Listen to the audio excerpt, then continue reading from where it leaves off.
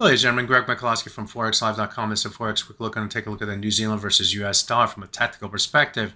But there is some fundamental news coming out of New Zealand over the next, 12, 14, 15 hours.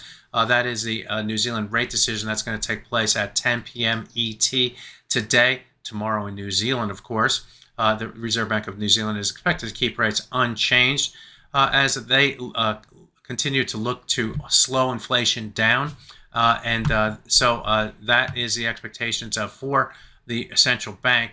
How the market reacts is another story. And to help define that reaction, we look at the technical. So looking at the 4-hour chart, what is the price action telling us? Well, if we look at the price action coming into this week, the price action was more to the upside with the last week's CPI data in the U.S. and retail sales sending the price sharply to the upside, the dollar lower, and that moved up to a fairly random level here at 0.61393. I had earmarked this swing area up here between 48 and 59 as a level. Also in play on the top side was the 61.8% retracement of the move down from the December high to the April low.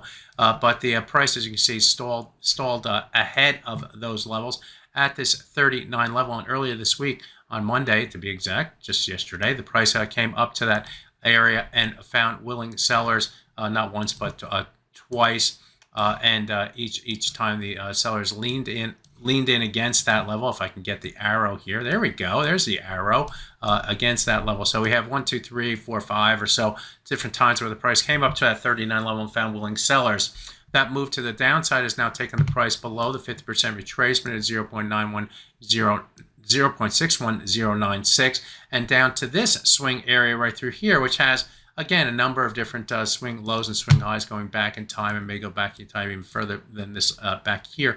But you can see the number of different times that the price came into this area and either found support or resistance in this area. I'll mark a lot of them through here. Admittedly, the price traded above and below these levels here, but even so, there are a lot of different times where the price did find either support or resistance against this level, including more recently here and here. So moving above that level and trading last week and moving above the 100-day moving average was a big move to the upside.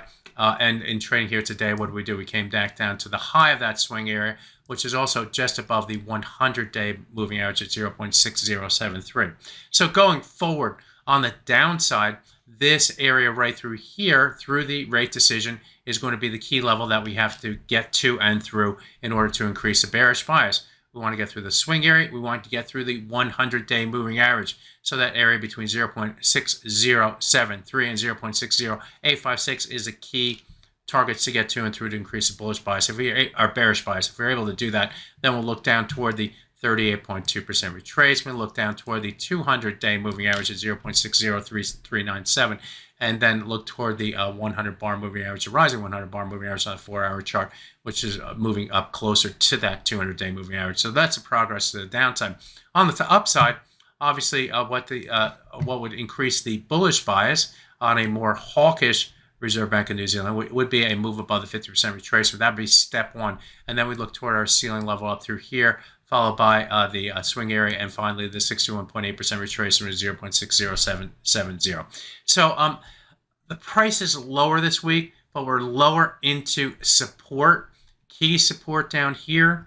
If we can hold that level, we could see a rotation back to the upside before the rate decision, maybe toward the middle of this area where we have resistance up here, support down here, and support down here, and see how the decision plays out and what the reaction is off of that. But obviously, risk is increased because of that rate decision and the uncertainty of what the Reserve Bank of New Zealand might say.